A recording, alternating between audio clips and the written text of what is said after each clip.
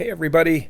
My name is Dan Clark, and I just wanted to share with you. A lot of people have asked me, they said, Dan, you went away for a long time. You've gotten away from the activism. I was really, probably very active when I first got out. After a few years, I really started to talk about the witnesses and the articles, the books, and all those things, the discrepancies and all this stuff. And I did that for a couple of years, a few years. And then I left for a while. And the reason I left was because I really felt like I wanted to get on with my life, and I did. And I found my wife, and basically I was living happily ever after. I had the type of work that I wanted to do, the type of business, and I was living happily ever after. And one day I was driving down through near Michigan. I was going through Michigan and Missouri. And when I got there, I thought, well, I'll stop in and see my family that I haven't seen in a long time, and they're Jehovah's Witnesses still.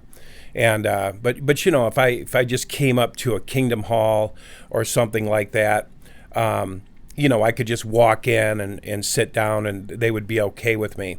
So I thought, well, I'll go see my brother up in Michigan, my younger brother. And when I saw him and saw the mental illness that had set in because of Jehovah's Witness ideology, waiting for an end to come, they stole his identity. I have a friend, his name's Ron Lewis. He coined that term, take back your true identity. And I saw my brother was not my brother. He was totally 100% indoctrinated in this ideology. He didn't even make meetings anymore. And all he kept saying was, Jehovah's going to kill you. Jehovah's going to kill you. And I thought, oh my God, this didn't stop at my mother. My mother said the same thing before she died. My dad died of religious shame, Jehovah's Witness religious shame. But what was happening was I was watching it permeate down. Now, this is like 20 years later. I saw my brother's brains just fried, JW fried. Nobody was visiting him in his little home he was in. He was trashed. He was trashed by that shame and fear and guilt and shit that he lived in. Well, I drove away, and my heart was broken, and I was saddened, and I felt like shit. Yeah, I was like, my God, look what they've done. Look what they're doing. Oh, my God. So I decided I would go see my older brother, who was a presiding overseer in Missouri. And so I called him, and he didn't answer, and I called him again.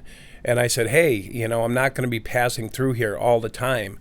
Please come and see me. And he finally answered the phone, and he said, I'll be there in just a little bit. Well, I waited for 2 hours for him to get there. I mean, the guy's a year older than me. And he finally showed up, and his head was face down like this. And that's how he talked to me the whole time. And again, I saw with the watchtower, with their shame, fear, guilt, lies, bullshit they teach people. I mean, it was amazing. I'm very passionate about this. I saw the same thing happening. The deterioration of the mind. And so, like I said, I saw my mother, my father. Now I'm seeing my younger brother. Now I'm seeing my older brother totally like a vegetable, unfunctioning vegetable, totally programmed by these people. And I'm thinking, how do you teach in there? How do you do anything? He couldn't look at me. He just stared down, and he was afraid to make eye contact, and I kept saying, I'm here. Hey, I'm here. I won't use his name. But I'm like, hey, I'm here. Look at me. And he finally looked at me, and that was like the end for me. I thought, how can I walk away from injustice? How can I see injustice done by an organization that lies? They don't care if they lie. They're psychopaths. They're amoral. I mean, they could care less who they destroy. They're going to continue going no matter what. I thought, how can I just walk away? How can you walk away? It's like seeing somebody get raped, and you just close your eyes and walk away. And so I couldn't walk away. So I came back home, and I hired a video person to make some videos for me. And I don't know how many I made. I made a whole bunch. I think there's 100 now on my channel, my YouTube channel, Life After Religion. I have a Facebook page too, Life After Religion. And I do hope you subscribe because this helps get the message out. But that's why I'm back. That's why I'm back now, and I'm passionate. You know, I've got my life in order. I've got everything I need. But, you know, now I have some work to do. I have some work to do. And I'm just going to say it like Ron Lewis says it. I'm going to help people take back their true identity. We were never supposed to have a mediator, a filter. I mean, just think about that. My consciousness was filtered through Jehovah's Witness, meaning they told me who I was, how to worship, what was acceptable. They ran my temple. An outside source. The Bible says, don't put your trust in nobles nor the sons of earthly men whom no salvation belongs. But that's exactly what we do. I don't care what religion it is. You put a mediator between you and God, you lost. You're now filtered through that religious ideal. And so you lose your identity, worshiping in spirit and truth. And so anyway, that's why I'm back. I've got a lot of videos to make. I've got a lot more to make. And we're going to be exposing this stuff. We need people to get back in touch with who they are. Who are you? You were a divine idea in the mind of God before you got here. And you still are.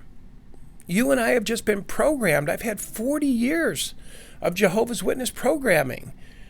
And it's a shame. It's a shame that I had to have that filter. That filter, that Jehovah's Witness filter by those men in New York is what's living your life. You're living their life through their idea. They've set up the idea, the organization. They pulled the things out that they've wanted out of the Bible to put into your mind. And they're running your show. That's not the way it's supposed to be. And I am going to continue to expose this forever. So I just wanted you to know you're going to see a lot more videos. And it's not only going to be Jehovah's Witnesses. I am going to be talking about a lot of things. A lot of different religions are doing the same thing. A lot of religions are trying to copy the Jehovah's Witnesses. The Jehovah's Witnesses are copying some of the other religions. And it's sickening. It's sickening. You wonder why you can't find your purpose and you don't know who you are. There's a reason. You're not running the show. The church, the religious ideal is running your show.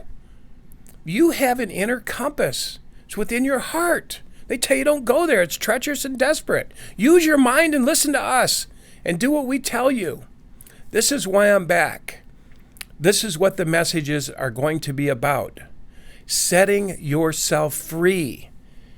And as Ron Lewis said, taking back your true identity. Who are you? You're going to find out because we're going to be talking about it. Ron's going to be talking about it. We're going to be talking about this. My wife's going to be talking about this. She was in the Worldwide Church of God. The same thing. Only they had other laws and restrictions and things. It was sickening. She lost herself in there too. But she got out.